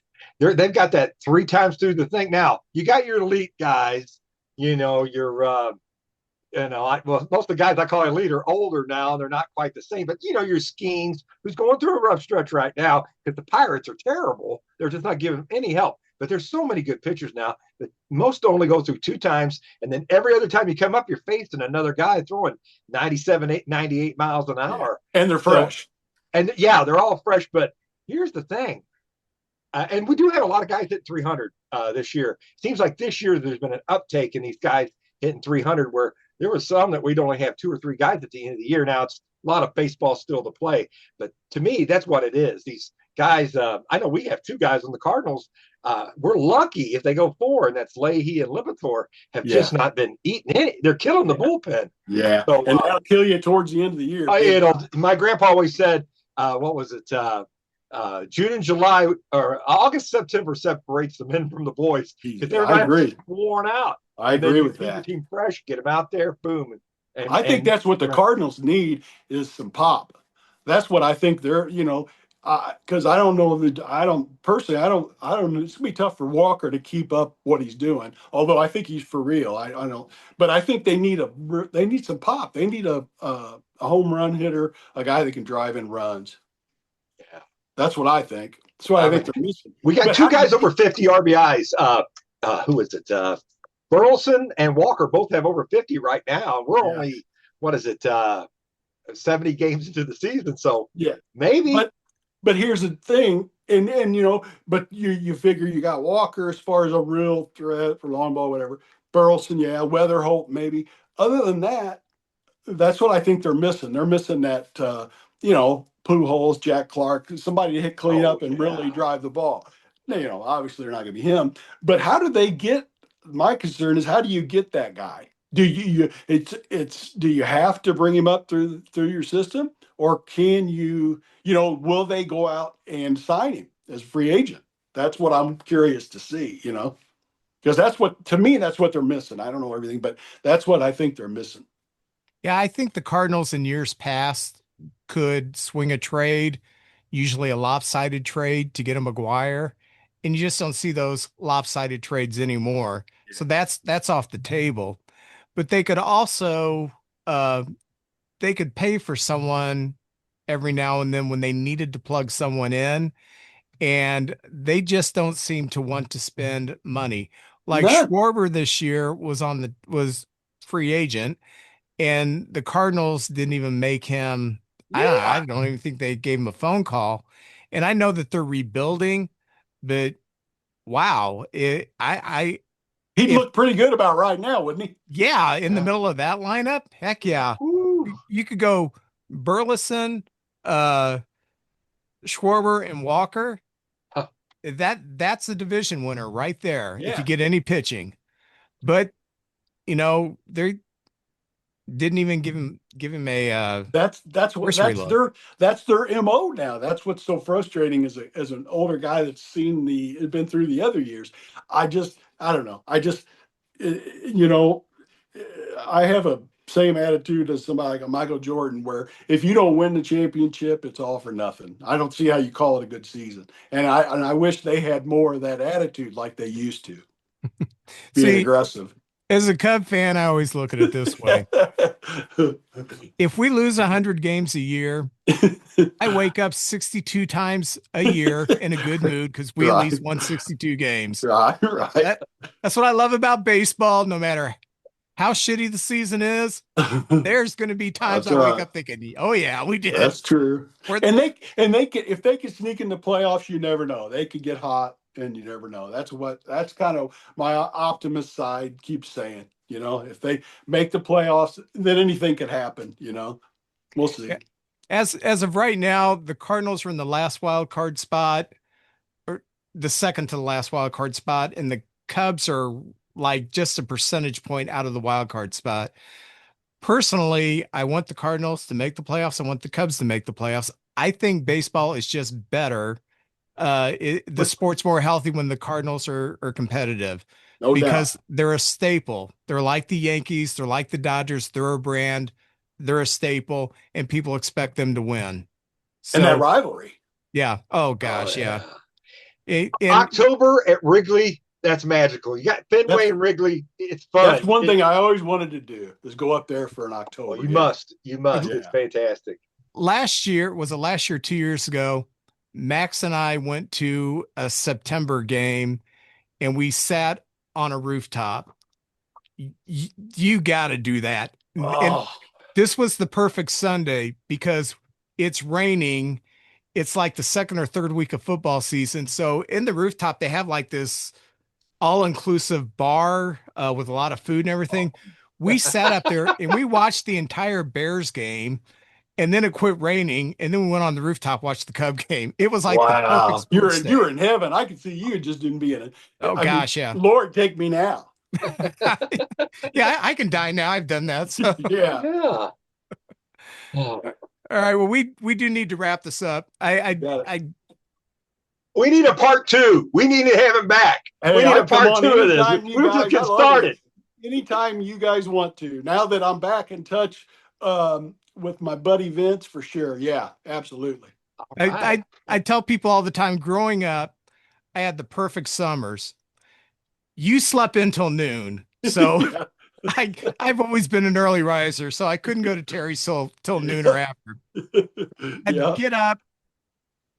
Usually there'd be Phil there. We would play catch or we'd do something, and maybe John would come outside. We'd just play Indian ball or something. And then you'd wake up and we'd go get you and Matt. And we'd either play tennis ball or we'd play Indian ball or we'd play some kind of sandlot ball. A lot of times we'd take a break during the day, go to Wood River Pool and flirt with Yeah, girls. those were the days, weren't they? And then in the evening we'd have a little league game. It was just great, you Or know. play strat. Oh, play strat in the wintertime. Mhm. Yeah, Yeah. always. And you had the greatest dog in the history of the world, Tot. Remember Tot? Remember him? How can I forget him? I love that dog. He was my first gay dog. Yeah. I love that dog. He never I love bothered that female dog. dogs, but if he got out of the house, one time he was at Matt's house humping Matt's dog Beans. Teddy. Oh yeah, Beans. Yeah. Yeah, so I was like, Cotton beans. so, here, we'll talk dog sex next time with part 2, Terry. All Hey, I'll come on anytime. I'd love to, man. You guys need thank somebody. you. right. Hey, it's Nice great. meeting you, JJ. Nice meeting you. to It was see you. a lot of fun. Yeah, thank you. Wasn't he fantastic? Vince, that time flew by. We could have done the whole show just with him. I'll tell you, when you got friends like you and Terry who are very outgoing and natural talkers, it makes me feel like I wish I was blessed with a personality like that, you know. I never shut up. That's my problem. The quiet guy. No. Vince, you won't believe it. We're the Jacksons. We're Irish and American Indian. And when I go to see the Jacksons, they don't talk. They just they can sit in a room and not talk to each other for hours. And I come in there, I don't like the silence. So I'm talking for everybody, getting them all kind of going. But yeah, none of them talk. Oh, JJ, Yes, I sir. have another one of these tops from yeah. 89. All right, Vince, I got something special for you. I got some packs, some new packs, but I found a set, a Pinnacle, 1998 maybe, and it's players of that era and their idol. Who was their hero as a kid? Ooh. So you get them at the bottom and their hero at the top. It's kind of a neat set. I saw it. I said, I'm going to show that to Vince. I think you're going to get a You're kick. going to have a player and they're going to have, here's my idol, Bale, Yeah. or here's my idol, Ashtra. Well, it's like Dave Justice. Who was his idol? You know? Oh, his idol was Zool from Zoroastrianism. That's cool. Religion nerd, I'm sorry. Oh, okay. So I think you're going to get a kick out of these. You want to go first? Sure. And I'm going to say one Hall of Famer. I'll say 2, just to be different. My first card, 1988 All-Star, St. Louis native. Well, he lives here now. The one, the only Darryl Strawberry. Look at that card. Yeah. Beautiful. Well, the Cardinals used to give him trouble too. Darryl, and then he hit 2 home runs. Wasn't a good idea. Remember the No, it was a terrible idea. Remember the time he hit the clock? Oh, he'd light us up. He hit like 4 home runs in a 3-game series one time against us. Oh, they don't make him like this anymore. The one, the only Dennis Oil Can Boyd. Oh yeah, the old can himself. He was a throwback. Yeah, this guy had power and he had a pretty decent career. Nick Asaski. I liked him. He could play on our team anytime. I love that Yeah, guy. a couple years over 20 home runs. Yeah. Free steroids. Huh? Free steroids. Free steroids. One of the best gamers ever. The most, besides Bill Mazeroski, I think the most iconic home run in World Series history, Kirk Gibson. Kurt Former Gibson. Tiger, Oh, former yeah. Royal, former Dodger. Doing that thing around the bases. The cameras were shaking. Expo manager Bob Rogers. Okay. I Bob Rogers. remember Buck Rogers, man. I do too. But I don't remember a Bob Rogers. Do you think that's Buck? He went. I don't know. Maybe that's his real name, Bob.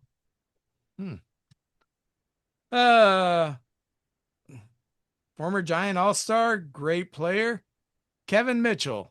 Oh, I think of the That- fair-handed grab in foul territory, Oh, yeah. Busch Stadium.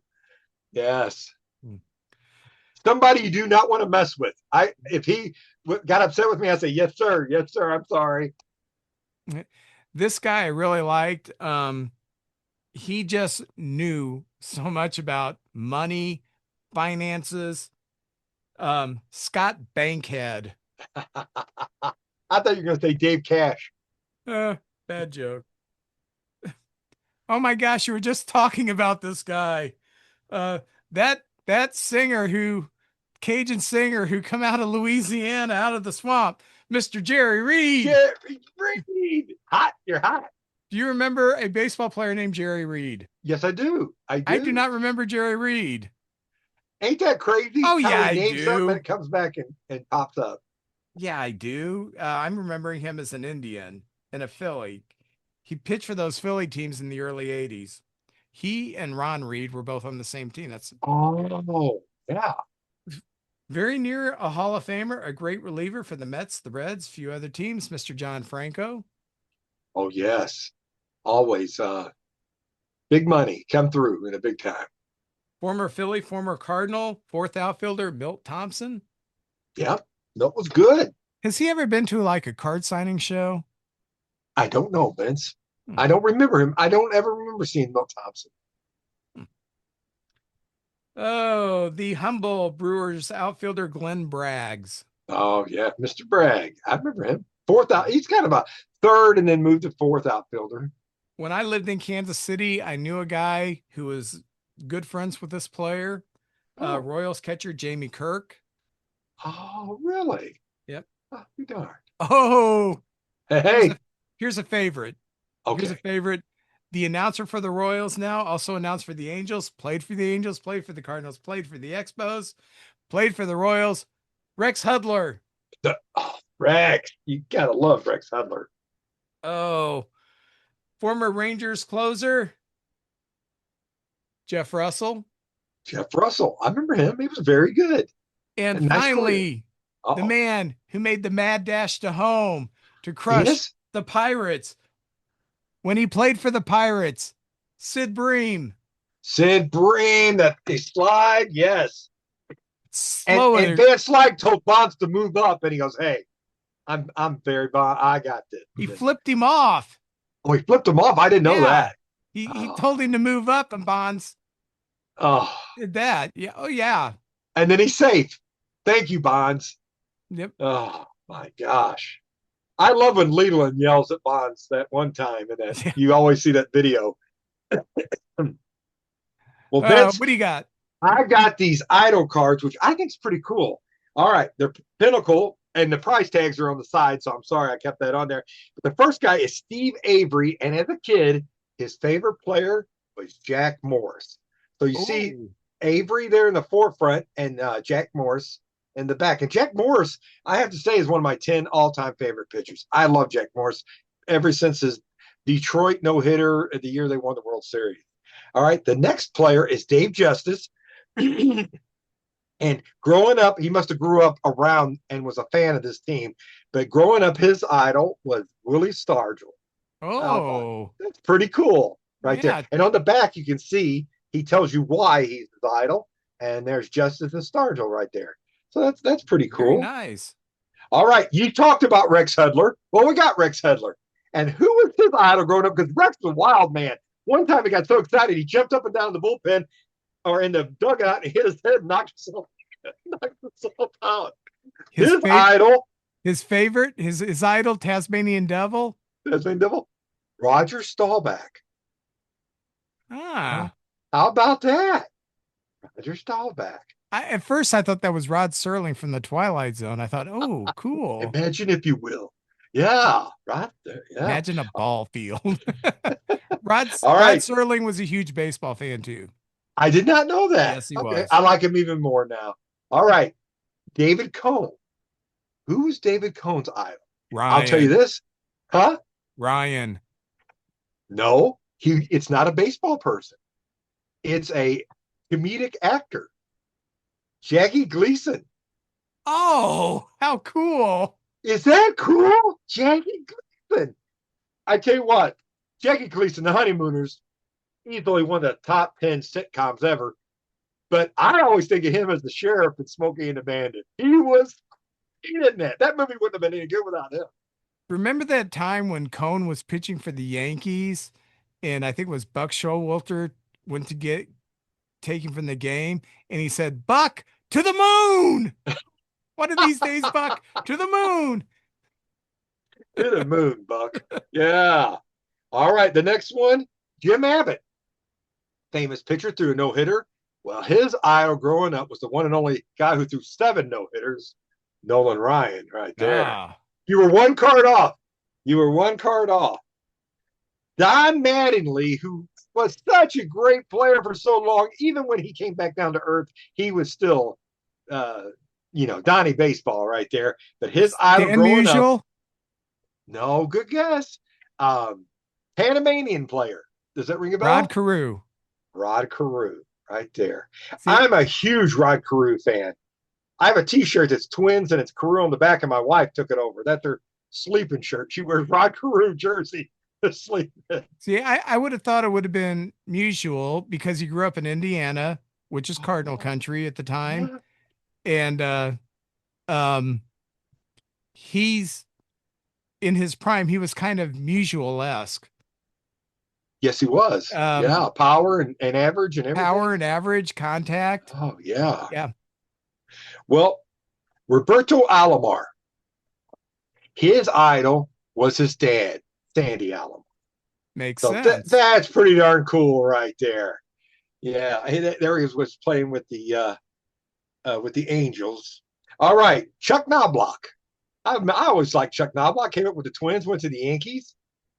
It's an infielder, known for his defense. Ozzie Smith. Oh, That was okay. his hero right there, Ozzie Smith.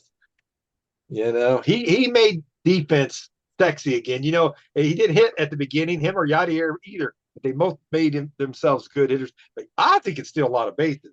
Kind of how we made podcasting sexy again. Oh yeah, we're like Justin Timberlake. We just brought sexy back, Jack. All right, 2 more to go. Scott Sanderson, a Yankee, picked another Yankee as Former his Cub? idol, Catfish Hunter. Oh, Catfish. I'm a huge Catfish fan. And finally, you've mentioned this guy on the podcast before, but it's Tony Gwynn. And growing up, he grew up in San Diego, and his hero was Dodger Willie Davis. Because you showed me some stats on Willie Davis, which I didn't know how great he was. And I guess the Dodgers weren't on one of their big runs, and Willie Davis's stats kind of got you didn't hear about him as much. But looking back, that guy was a heck of a ball player. So yeah. Vince, that's the idol cards, and I thought you'd get a kick out of those, especially the Jackie Gleason one. I do. I loved That's it. pretty loved cool. It. Well, JJ, it's another week of baseball. Yes. We are playing the Rockies for 2 more games. They beat us 2 out of 3 in Colorado. We owe them a whipping. Yeah, we owe them a whipping. We did finally win a series, which was exciting against the Giants. Yeah, hey, we won a series. Hey, so. Giants are they're no slouches. Yeah. The Cardinals are off Saturday because they're in Kansas City World Cup. I saw that. So they're playing Thursday, Friday, off Saturday, play Sunday. Yeah, that's just weird. And that is odd. Yes. Saturdays are baseball days for me. Baseball days, and if there's not a baseball game on tonight, I'm watching Sven Gulli on MeTV. I'm voting for you for president right there. Baseball, Sven Gulli, you can't beat that. All right, well, everybody, thank you, Terry, for joining us, and we'll have him back on again. And thank you, everybody, for joining us, and we'll see you next week. All right.